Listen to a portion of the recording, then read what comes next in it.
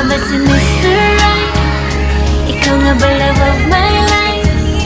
Ikaw nga ba ang icing sa ibabaw ng cupcake ko?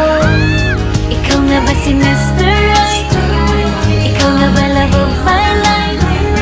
Ikaw nga ba magbabalik ngiti sa aking mga mata? Si Mr. Right na ba? Mr. Right na ba? Mr.